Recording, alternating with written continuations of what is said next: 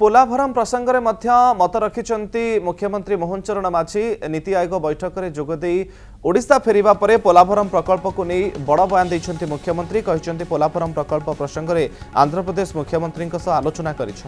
आगामी दिन में आउ थे मुख्यमंत्री स्तरीय और अधिकारी स्तरीय बैठक हो पोलाभरम विवाद समाधान हो। आंध्र प्रदेश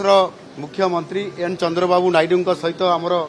मोर साक्षात है भेटिकी जो सौजन्यमूलक साक्षात भितर पोलाभरम इश्यू को मु आलोचना करी से आलोचना समय केंद्र शिक्षा मंत्री धर्मेंद्र प्रधान एवं अन्यतम केंद्र मंत्री जुएल ओराम उपस्थित थिले आम चीफ सेक्रेटरी उपस्थित थिले आम से मु आलोचना करी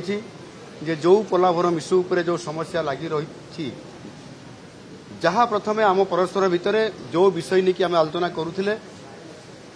एवं आमर दाबी जहाँ थिला आम से दाबी को दोहराऊँ आगामी दिन में अधिकारी स्तरीय एवं मुख्यमंत्री स्तरीय बैठक होगापाई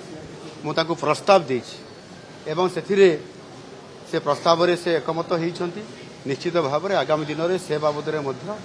आलोचना हब।